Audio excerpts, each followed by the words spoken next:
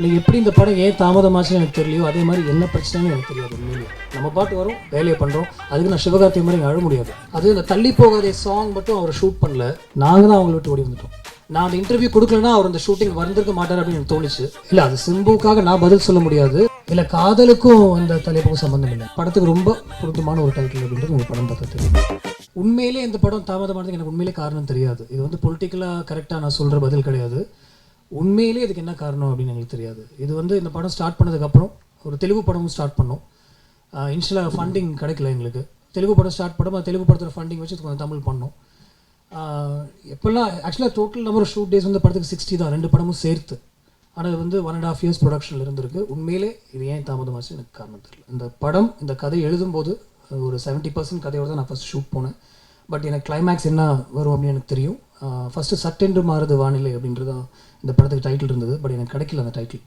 அது ஏற்கனவே ஒரு படம் சென்சர் பண்ணி வச்சுருந்தாங்க. அதனால் அவங்கள்ட்ட அது கேட்க முடியாத தப்பு அப்படின்னு சொல்லி கொஞ்சம் நேரம் யோசிச்சதுக்கப்புறம் அச்சம் என்பது மடமேடான்றது ஒரு அந்த ஃப்ளாஷ் எனக்கு வந்துச்சு.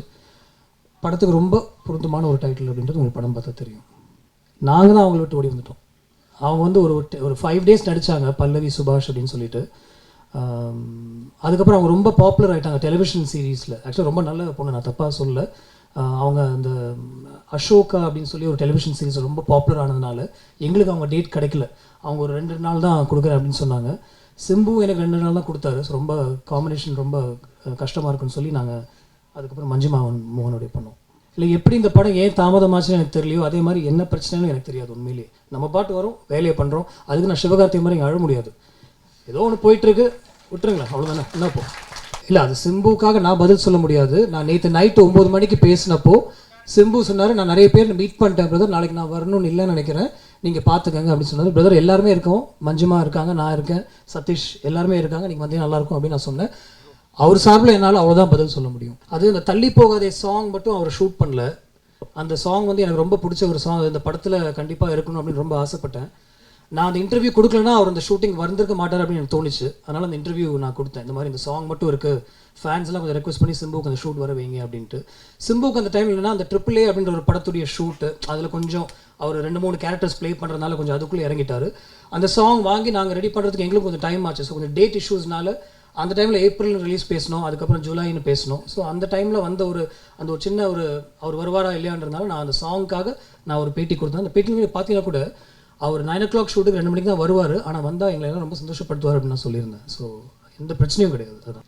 இல்லை காதலுக்கும் அந்த தலைப்புக்கும் சம்மந்தம் இல்லைங்க. நீங்கள் படம் பார்த்தீங்கன்னா உங்களுக்கு கண்டிப்பாக தெரியும். செகண்ட் ஹாஃபில் வர அந்த ஒரு பயத்தை பார்த்து நம்ம ஓடக்கூடாது அப்படின்னு ஒரு டயலாக் வருது. அதுதான் அச்சம் என்பது மடமேடா. நான் மறுபடியும் அதே ஹீரோஸோட ஒர்க் பண்ணணும்னு விரும்புகிறேன். அதனால் நான் பேர் சொல்ல விரும்பல. எனக்கு அவங்களை ரொம்ப பிடிக்கும். ஃபுல் கதையை சொல்லிட்டு போகலாம் அப்படின்னு நிறைய பேர் சொல்லுவாங்க. நான் ஒரு 80% தான் யூஸ்வலாக ஒன்று போவேன். அது என் கூட ஒர்க் பண்ணுறோம் எல்லாருக்குமே தெரியும். ஸோ அதில் வந்து நிறைய டிஸ்கஷன் நடக்கும். அது எனக்கு கொஞ்சம் ஐயோ இது நம்ம ஃபுல்லாக எழுதியிருந்தோம்னா இந்த டிஸ்கஷன் நடந்திருக்காது அப்படின்னு எனக்கு தோணும். அதனால் அப்படி சொன்னேன். ஆனால் எல்லாரோடையும் நான் மறுபடியும் ஒர்க் பண்ணும் அப்படின்னு விரும்புகிறேன். அதனால் அவங்க பேர் சொல்ல நான் விரும்பல. சூர்யாவோட ஒர்க் பண்ணதுக்கு அது காரணம் கிடையாது. சூர்யாவுக்கு வந்து அந்த ஸ்கிரிப்டே பிடிக்கல. நான் சொன்ன ஸ்கிரிப்ட் வந்து இது வந்து இங்கே ஒர்க் அவுட் ஆகுது பிரதர், ஒரு இன்டர்நேஷ்னல் ஃபில்ம், இது நம்ம இங்கிலீஷ் படம் பண்ணும்போது இது பண்ணலாம், தமிழ் படமாக ஒன்று சொல்லுங்கள் அப்படின்னு சொன்னார்.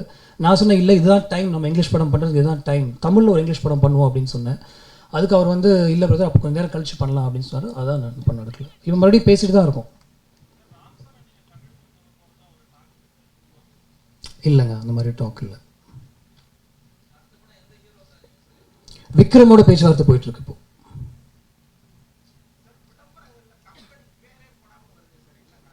யார் எப்போ கேஸ் போடுவாங்கன்னு தெரியாதுண்ணே. என்னண்ணா கேட்கல. என் பேர் தான் இருக்குது, டேரக்டரோட என் பேர் இருக்குது. நான் ப்ரொடியூசர் கிடையாது அந்த படத்துக்கு. உண்மையிலே நான் ப்ரொடியூசர் கிடையாது. 10 காசு நான் போடல அந்த படத்தில். இந்த படத்துக்கு யார் தெரியுமா ப்ரொடியூசர்? தெலுங்குல ஃபண்ட் பண்ணாங்களே, அந்த ஃபண்டிங் வச்சு தான் தமிழ் படமே நான் முடிச்சிருக்கேன். அவங்க தான் அந்த படத்துக்கு ஆக்சுவலாக ஃபண்டிங் பண்ணுறது அவங்க தான் பண்ணாங்க. நாங்கள் ப்ரொடக்ஷன் பார்த்துக்கிட்டோம், அவ்வளோதான். கௌதமோட படங்களில் சில சீன்ஸ் வந்து ரிப்பீட்டடாக பார்க்க முடியுது. எடுத்துக்காட்டுக்கு வந்து ஒரு இன்ஜினியரிங் டிஸ்கண்டினியூ ஹீரோ அவரோட சிஸ்டரோட ஃப்ரெண்டை தான் லவ் பண்ணுறது, அந்த மாதிரி நிறையா மூவிஸில் வந்து அந்த repeated over and over again scenes இருக்குது. Why don't you come out with some lateral thinking? நீங்கள் தான் எழுந்தீங்கன்னா அது கொடுங்க, நான் பண்ணுறேன். எனக்கு அவ்வளோதான் தெரியும். என்னுடைய சர்க்கிள்குள்ளே நான் பண்ண விரும்புகிறேன், அவ்வளோதான். And in fact I do it nicely. எனக்கு வந்து இது வந்து ஒரு கௌதம் மேனன் படம் அப்படின்னு நான் இது வரைக்கும் நினச்சதே இல்லை. பட் இன்றைக்கி உங்கள் கேள்விக்கு நான் பதில் சொல்கிறேன். என்னுடைய படம் வந்து நீங்கள் பார்க்கும்போது ஒருவேளை அன்றைக்கி வந்து நீங்கள் ரொம்ப ஓவராக தண்ணி அடிச்சுட்டு யார் படமே தெரியாமல் உட்காந்து தேட்டருக்கு போனீங்கன்னு வச்சுக்கோங்களேன், ஒரு 4 சீன் பார்க்கும்போது உங்களுக்கு இது கௌதம் படம் தான் அப்படின்னு உங்களுக்கு தோணும். அதுக்காக தான் நான் பண்ணுறேன் அந்த மாதிரி. Okay, thank you so much. Thank you really so much.